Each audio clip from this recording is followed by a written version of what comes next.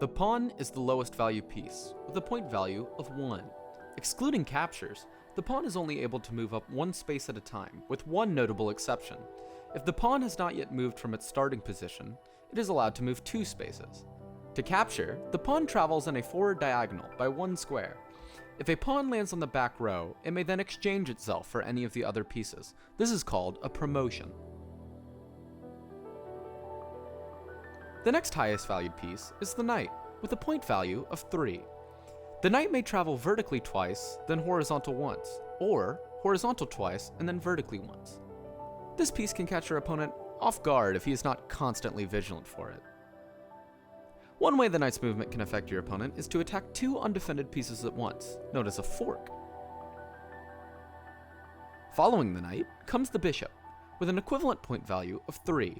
The bishop travels in diagonals, only allowing it to stay on the color in which it started. This can cause predicaments when it comes to capture, as your opponent can hide on your bishop's blind spots. The next piece I'd like to talk about is the rook, with a point value of 5. The rook travels in vertical and horizontal lines. The rook is often most powerful when working in tandem with a queen. Next, we have the queen, the highest valued piece with a point value of 9. The queen is like a merging of the bishop and the rook. It may travel in any number of spaces in all 8 directions. It is very important to keep your queen safe from capture because it can set your opponent at a vast advantage. Finally, the king. The game of chess centers around protecting this piece at all costs. When a piece on the board attacks the king, this is called a check. In that turn, the check must either be blocked by another piece or the king must move away. The king may not travel into any square that puts it into check.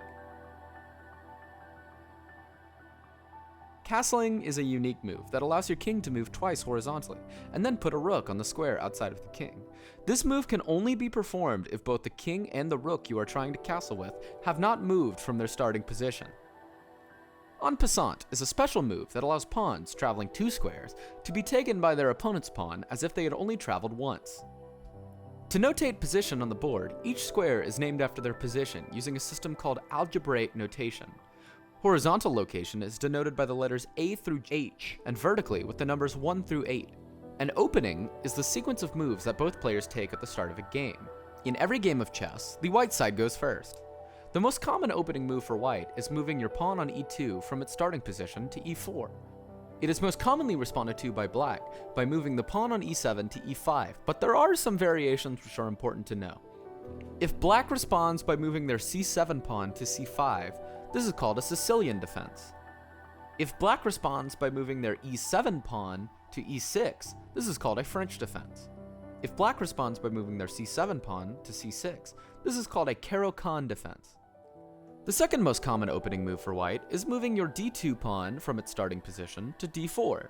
It is most commonly responded to by moving the d7 pawn to d5, but there are some variations which are important to know. If black responds by moving their f7 pawn to f5, this is called a Dutch defense. In order to win, you must attack the opposing king while ensuring that the king has no squares that allow it to escape being put into check. This is called a checkmate, and the aim of the game is for you to checkmate your opponent before they can do the same to you. If both players have repetitive moves 3 times in a row, the game is considered a draw. The game is also a draw if 50 moves pass without a pawn moving or a capture being made. There is a third special kind of draw known as stalemate, where one side has no legal moves on their turn. This kind of draw is very useful for players in losing positions. Chess is often played with timers on either side that count down during a player's turn. In most rule sets, if a player's clock runs to 0, that player loses the game. Now that you know how to play, go out, grab a board, or look up one of the many websites that host chess. You may get beaten at first, but if you try very hard, you will very likely still get beaten. I don't know, like and subscribe!